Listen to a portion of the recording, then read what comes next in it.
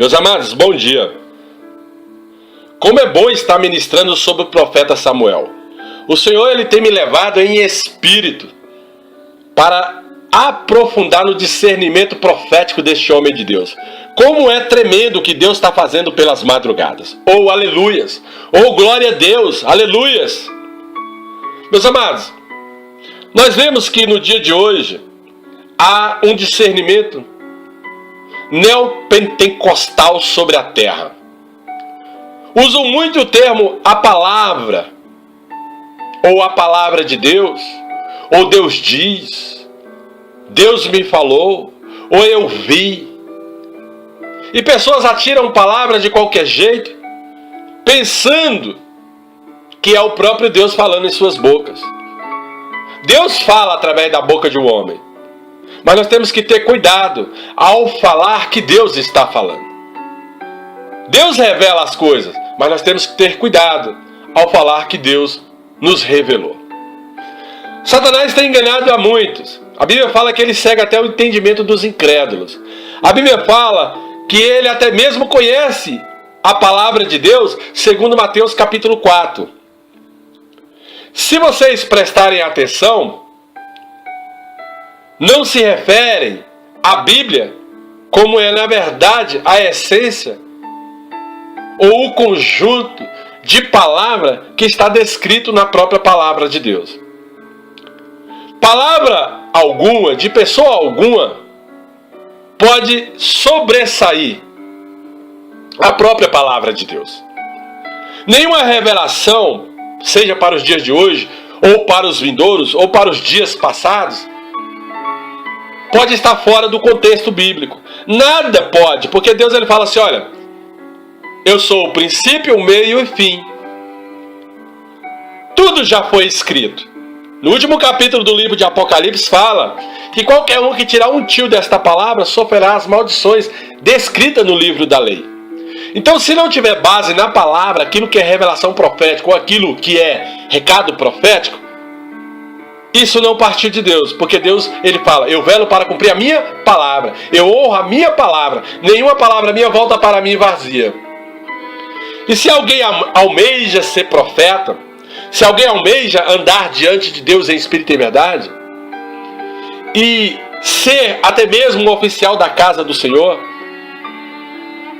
e participar de uma comunidade profética, ou de uma nação profética, ou dos rolos dos profetas, ou de um homem de fé, ou de uma mulher de fé, precisa saber disso. A palavra de Deus, a Bíblia Sagrada, deve ser o norte, deve ser a direção de um cristão. E não as tradições humanas, os dogmas, ou os ditames eclesiásticos, que muitas pessoas começam a seguir, e começam até mesmo a andar pregando heresias dentro da casa do Senhor. Uma pessoa me fez uma pergunta a respeito do sétimo céu. E eu passei simplesmente as palavras bíblicas e um estudo bíblico para ela, falando que Paulo foi elevado ao terceiro céu e viu coisas inafáveis. E ali eu comecei uma discussãozinha no grupo, em outro grupo. Eu mandei para um grupo que tinha pastores, e um pastor amigo meu falou assim, é isso mesmo, não passa disso. Se tiver outra coisa, eu também desconheço. E a resposta foi que existia só 3 céus, e que essa noção de sétimo céu vem de uma dogma, até mesmo judaico, vem até mesmo de outros estudos do livro de Enoque, e este livro ele é apócrifo, ele não existe nos 66 livros revelados de Abraão, de Gênesis até Apocalipse.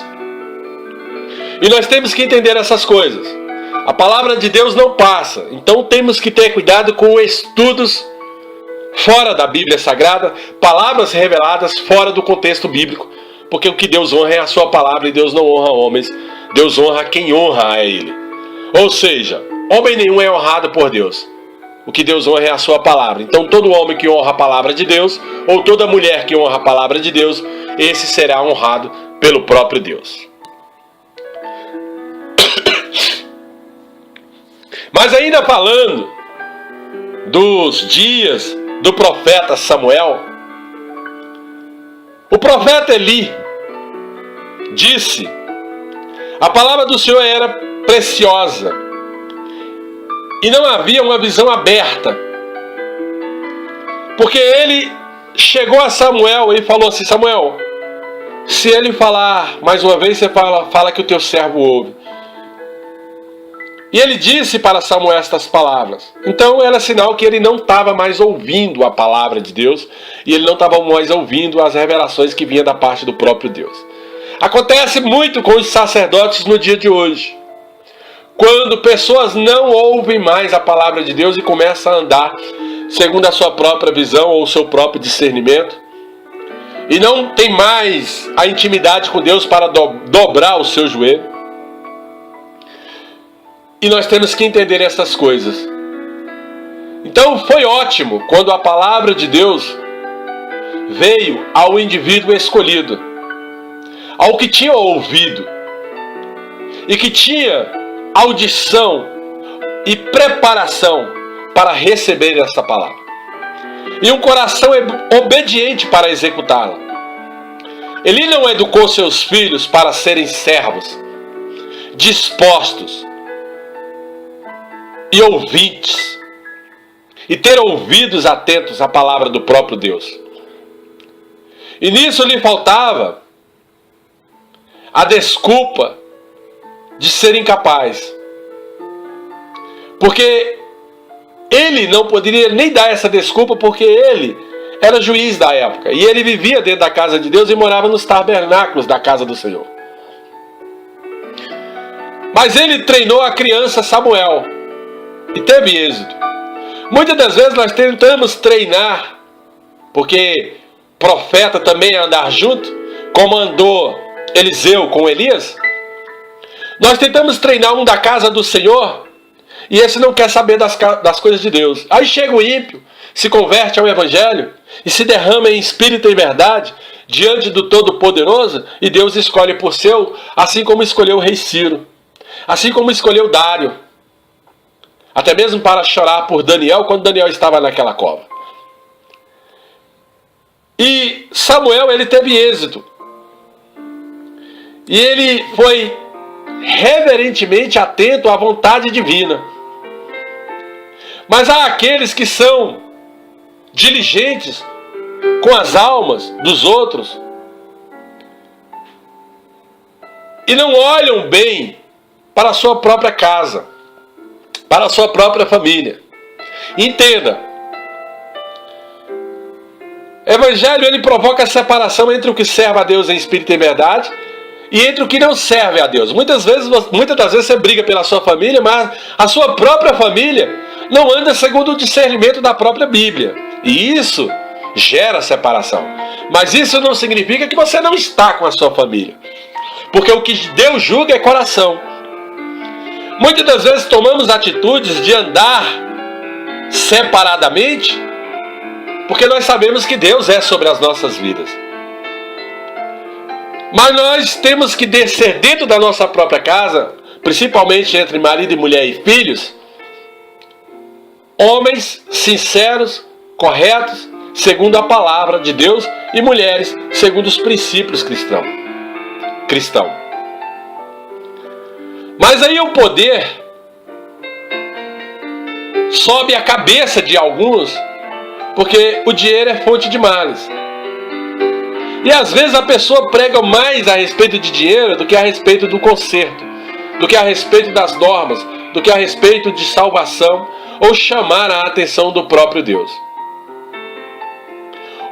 O profeta Eli, como muito em nossos dias, ele fez guarda até mesmo dos vinhedos. Na sua própria vinha, ele não guardou nada. Os filhos dele foi uma verdadeira vergonha dentro da casa do Senhor. E sempre que olhar para uma criança graciosa, e principalmente o profeta Samuel, deve ter sentido a dor no coração de não ter criado bem os seus filhos. E eu te aconselho, pastor, você que tem filhos, Dá atenção mais para os seus filhos. Eu tenho filhos. Eu procuro dar atenção para meus filhos. Eu tenho uma filha que ela chegou a falar assim: pai, o senhor é tão duro, o senhor não me dá dinheiro. E ele me entristeceu o coração, porque ela estava dentro da empresa. E eu falei: filha, mas a empresa é tua. Ah, mas você tem que me pagar como os outros funcionários. Eu falei: você quer ser funcionário ou você quer ser dona? Esse começo de empresa, eu te dou R$700, passagem, ida e volta, para que você aprenda que a empresa vai crescer e que ela é sua. Mas a minha filha não me acompanhou. E ainda colocou em dúvida se eu era ou não homem de Deus. Mas eu só queria ensinar para ela os caminhos que ela tinha que seguir. Muitas das vezes nossos filhos não vão querer andar conosco, por causa até mesmo da maneira que nós os tratamos, esperando que eles virem alguém. Mas o erro maior é quando um pai, ele mesmo, no seu coração, rejeita o seu filho. Então não rejeita o seu filho, pelo poder do nome de Jesus. Se lembre dos seus próprios filhos. Não negligencie. Dá um conselho. Porque senão, os seus filhos vão ser punidos pelo mundo. E você vai ser punido pela dor no seu coração. Em nome de Jesus, eu passo por situações semelhantes, mas o meu coração está limpo em relação aos meus filhos. E os meus filhos têm que olhar para mim como um homem de Deus e nunca duvidar da minha situação diante do próprio Deus, pelo poder do nome de Jesus. E nós vamos estar com o olho na congregação também, como se todos fossem nossos filhos. E como se todos tivessem que andar diante de Deus em espírito e verdade, para ser abençoados em tempo e fora de tempo, para tomar de conta da sua própria promessa e para tomar posse do seu próprio bem, vindo do alto, o seu direito e a sua herança. Por isso é que os profetas Samuel, ele me inspira.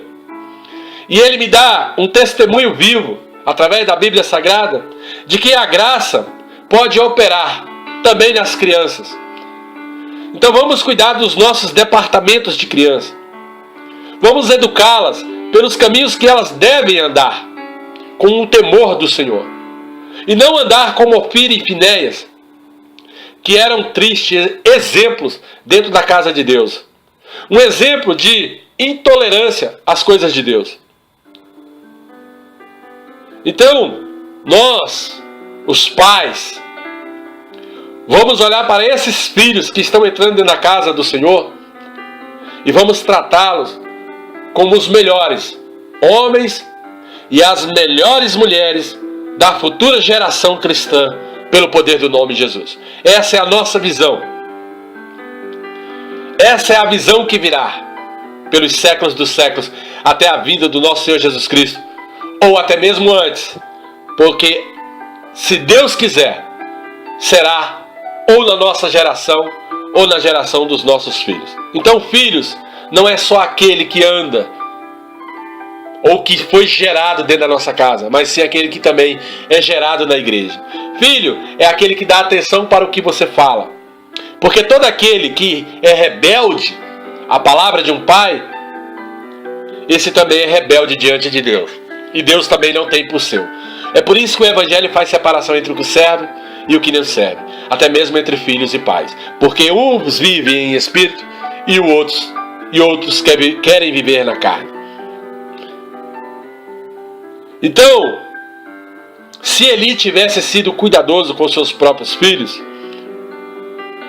como foi com o filho de Ana, não teria sido trágica e serem chamados pela própria Bíblia como filhos de Belial, porque eles foram chamados dessa forma por aquele que escreveu o livro. Creio eu que o próprio profeta Samuel escreveu 1 Samuel e 2 Samuel. E nem Israel teria detestado as ofertas do Senhor por causa da fornicação que aqueles reprobos sacerdotes comiam bem na porta do tabernáculo. Muitos pastores hoje desviam ovelhas da casa do Senhor porque tratam o altar como se fosse um verdadeiro comércio. Nós chegamos ao absurdo que pastores hoje cobram 60, 80 mil reais para ir num congresso pregar a palavra de Deus. Pastoras e pastores que mandam, antes mesmo dele chegar, recolher a oferta na quantia tal. Pastoras e pastores que antes mesmo dele chegar, eles mandam fazer o convite para as congregações, até mesmo as vizinhas, vendendo este convite, para que essas pessoas venham até mesmo ouvir a sua pregação. Eu não tenho nada contra pastores que vêm de outro estado, mas o pastor que vem de outro estado, e se ele é homem de Deus, a igreja local, ela já tem que saber também da sua responsabilidade de dar a boa oferta, não só da viagem, ou até mesmo da estadia, ou até mesmo a comida, mas também dar o mantimento do dia a dia daquele pastor. Então deve recolher também o melhor, porque esses pastores também precisam para se deslocar de um lado para o outro. O que nós não podemos é fazer de comércio o evangelho do próprio Deus. Mas como fazer para ir de um local para o outro, pegar o evangelho? Meu amado, quanto é que você pode dar de oferta para que eu me desloque de um estado para o outro e para que eu fique 3 dias com vocês, ensinando a palavra de Deus, os caminhos que devem andar, trazendo revelações da parte do próprio Deus e edificando a casa do Senhor através de unções proféticas e atos diante do reino de Satanás? O que você pode levantar? Aí o pastor vai falar: na minha consciência, eu sei que existe um valor mínimo que dá para ir, porque senão não tem como nem eu me deslocar. E se não der, eu tenho que ser honesto e falar para o pastor, não dá, por causa disso, disso e disso. Seria possível levantar mais alguma coisa, mas eu não vou sair dando valores. Eu não vou sair vendendo convites. E eu não vou sair pedindo para fazer congresso fechado nos valores X, porque todos têm que ouvir. E eu não posso fazer acepção de pessoas. Mas o pastor local, ele pode ter essa ideia de fazer um levante ou vender para a sua própria igreja.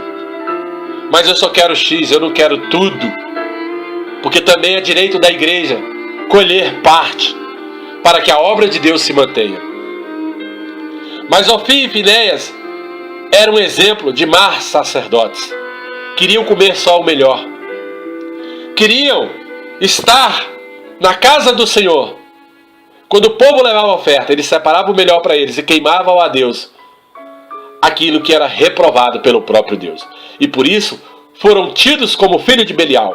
Assim é no dia de hoje. Muitos pastores, homens que se dizem apóstolos, bispos, homens que se dizem profetas, estão sendo reprovados diante do próprio Deus e nem percebem que já foram reprovados há muito tempo. Glória a Deus. Aleluias! Eu vou dar continuidade no livro do profeta Samuel. Que você continue ouvindo essas pregações, porque isso vai edificar a casa do Senhor. Você, pastor, que tem casa e fala em nome de Deus nesta terra, ouça essas pregações, porque ela vai fazer crescer o teu ministério.